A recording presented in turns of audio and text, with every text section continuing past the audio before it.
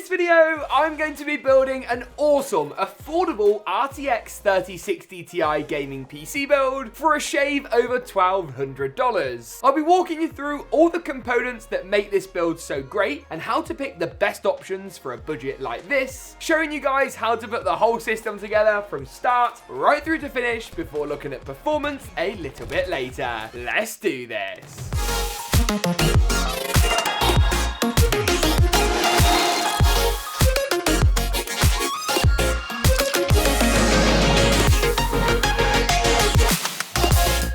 Much like all of our builds, we're going to start off by looking at the motherboard and CPU combo, as that very much so dictates a lot of the part choices for the rest of the system today. Now, I've gone ahead and picked up the MSI MAG B660M Mortar. Now, the Mortar range of motherboards are explosively good. I'll see myself out. But they do provide fantastic performance at a pretty affordable price point with loads of features. Let me talk you through a few of them. We got 4 RAM DIMM slots with support for DDR4 memory, PCIe Generation 4 with heat sinks for super fast SSDs. Flicking around to the rear panel, we've got USB-C 20 gigabit and USB-C 10 gigabit on Type-C and Type-A connections. You've then got even more 10 gig USB-C, 2.5 gig Ethernet, Wi-Fi 6E, optical audio out, plenty of expansion. This board ticks all the boxes. The only thing really it lacks is overclocking support for the CPU. Memory is catered for and you can push this nice and far. Our CPU of choice for this build is the Intel Core i5-12600K. Now you may seem a bit confused. I've just said we can't overclock on this board. Why on earth would I go for an overclockable CPU? Well, the 12600K boasts faster out of the box clock speeds than its 12600 counterpart, aka the non-overclocking version, giving us that better performance without necessarily having to spend loads of cash on an expensive overclocking motherboard. Be really careful as you install these new CPUs. They're super delicate and it's very easy to bend pins on your motherboard socket. Pop the cover down.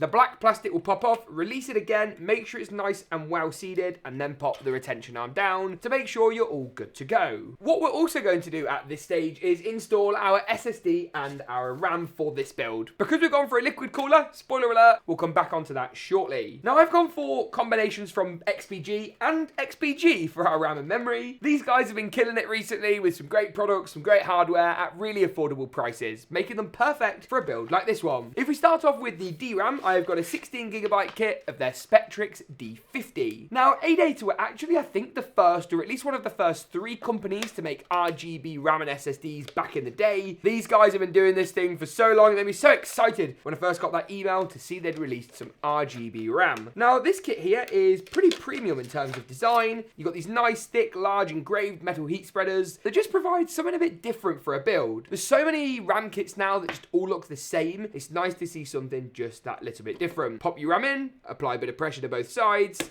and it will click into place nice and easily. Repeat for as many RAM DIMMs as you've got, and we can go through changing our RGB and all of that jazz just a little bit later. Now, for the next stage of the build, we actually need to go ahead and permanently remove one of our M.2 heatsinks. Now, I've just talked about how great this board is, awesome, because you pick up these heatsinks to keep your drive cool, but our SSD today, the Spectrix S20G, not only has one built in, but has one built in with RGB. Oh yes, I'm that kind of guy. I'm installing an RGB M.2. Do I care? No f***s given whatsoever. You're going to have to beep that. Now, this drive is available in a range of different capacities. Normally, I'd recommend a non-heatsink version if there's already one in place. But if it's RGB and you want to show it off, what harm's it doing anybody? Pop it in, secure it down, and that's basically it as far as our storage, RAM, motherboard, and CPU goes. With those steps in the bag then, we can next go ahead and install the case into... Install the case? Install the motherboard into the case. The case is not installing anything. It's far too big for that. Now, this is MSI's Forge 100M, part of their MAG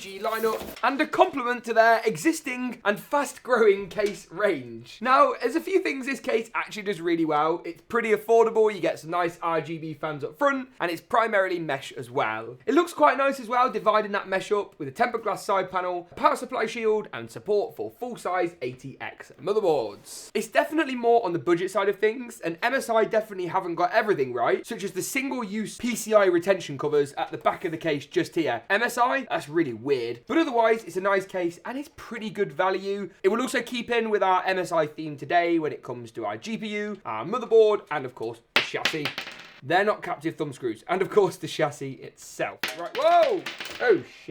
Aha. Definitely not captive thumb screws, I have since learned. For the next stage of the build, we just need to quickly check where all the holes are through the motherboard. The reason for this is that these need to match up with the standoffs inside the case. Taking a look at the chassis, there were 3 at the top which will circle, 3 down the middle, and a further 2 along the bottom in the right places. There's one that doesn't need to be there, but it's out the way in the bottom left and isn't going to make contact with our motherboard. If it were to be making contact, we would definitely need to move it, as that could cause grounding out and all sorts of other serious damage. Slide the board into place over all those gold standoffs, then we can fasten it down screw by screw, and our motherboard is nice and installed. Next up in the build, we can go ahead and pop in the CPU cooler. Now the CPU cooler for this build is going to be a bit of an interesting choice. I was torn between a budget air cooler like a Cooler Master Hyper 212 Evo or something from Deepcool, and then the likes of a brand new cooler that I recently got in from Corsair, the H100i Elite. Now you're probably thinking, James, Corsair, that sounds expensive already. Not so fast. This hasn't got RGB fans, but that's okay because we've already got fans in the front that are RGB as standard, and the one in the rear is non-RGB, so this should match. You do get a limited amount of RGB on the block, but the idea is that this brings Corsair's level of water cooling performance to a slightly more budget conscious buyer, something which in this build is definitely actually going to be quite beneficial. I'm going to pop the radiator at the top with the fans underneath, so I need to add the fans onto the radiator first, separately outside the case, then install the radiator at the top with the fans already pre-attached. This is going to neutralize our pressure as well, because we've got 3 fans at the front, 1 at the back, and now 2 at the top. So 3 intaking air, 3 exhausting air, and that's going to keep the whole thing nice and chilly. That is looking very good. Is there a bit overkill for this build? Maybe, but it's going to be quiet, it's going to be cool and efficient, much like another component in our build today. Next on the list, GPU. Now this right here is an MSI RTX 3060Ti, baby! A 3060 Ti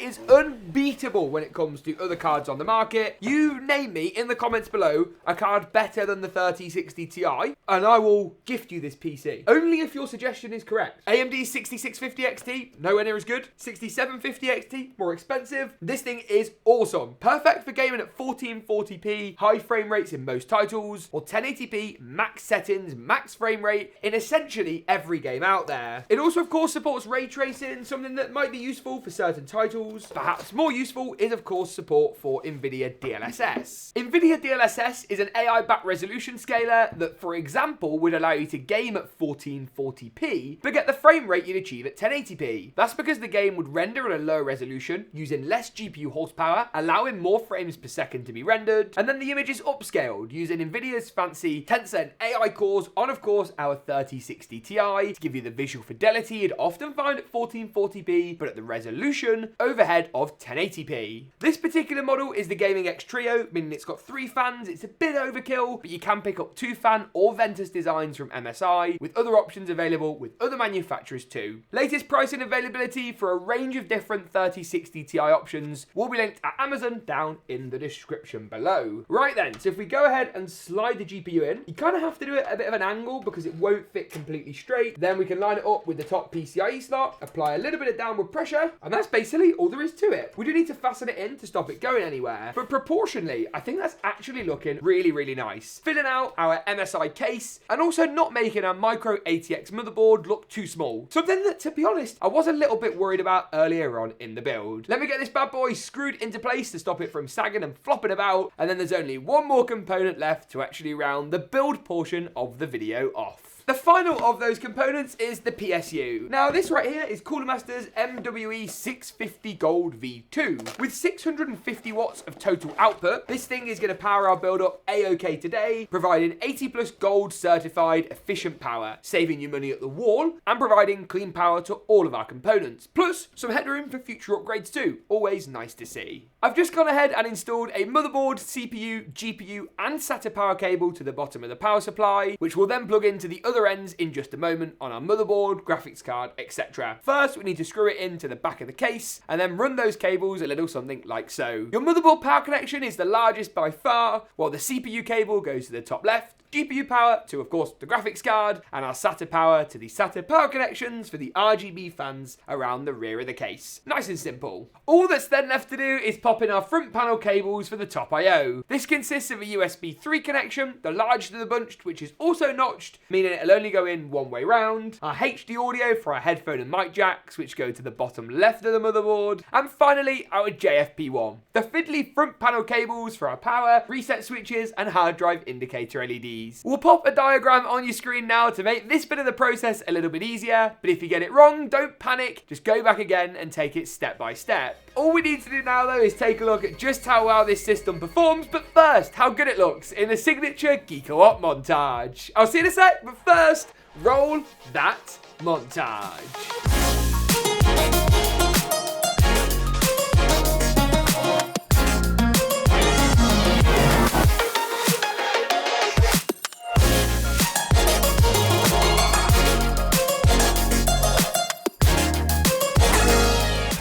Awesome stuff. Now that we've seen just how good this system looks when it's all powered up, it's time to take a look at performance. On your screen now is a summary of all the results we gathered from this powerful 3060 Ti based system. With a wide range of titles tested here, hopefully you can find your favourite game and check the performance lines up with what you're hoping to see. I will be taking a deep dive into a few select titles though, kicking things off with Battlefield 2042. At 1440p high settings with DLSS enabled, I was pleased to see this system deliver more than 110 frames per second, 112 to be precise on average. We tested using MSI Afterburner's Riva Tuner and Nvidia FrameView. The good results carried on in COD Vanguard, where at 1440p high settings, I managed to achieve just shy of 160 FPS. 159 FPS to be precise at 1440p really isn't a bad shout. Forza Horizon 5 was next up, 1440p Ultra, tested using the game's inbuilt benchmarking mode, yielded an impressive 93 frames per second on average. 90 and 99th percentile results were strong too, with 88 and 81 respectively, making for a really great gaming experience. And the good results kept on rolling in, with Apex Legends next at 1440p. High settings we saw just a shave under 140 FPS on average, 139 to be precise, with consistent 90 and 99th percentiles too. Finally, we also tested Fortnite 1080p competitive settings, where you tune everything down to low, set the render distance to high, and go ham on your frame rate. Here we pulled in 225 frames per second on average. Oh boy, what a great set of frame rates, and we're really impressed with the results we managed to pull in. If you enjoyed this video, make sure to get subscribed to see more from us. Thanks for tuning in, and as always, we'll see you in the next one.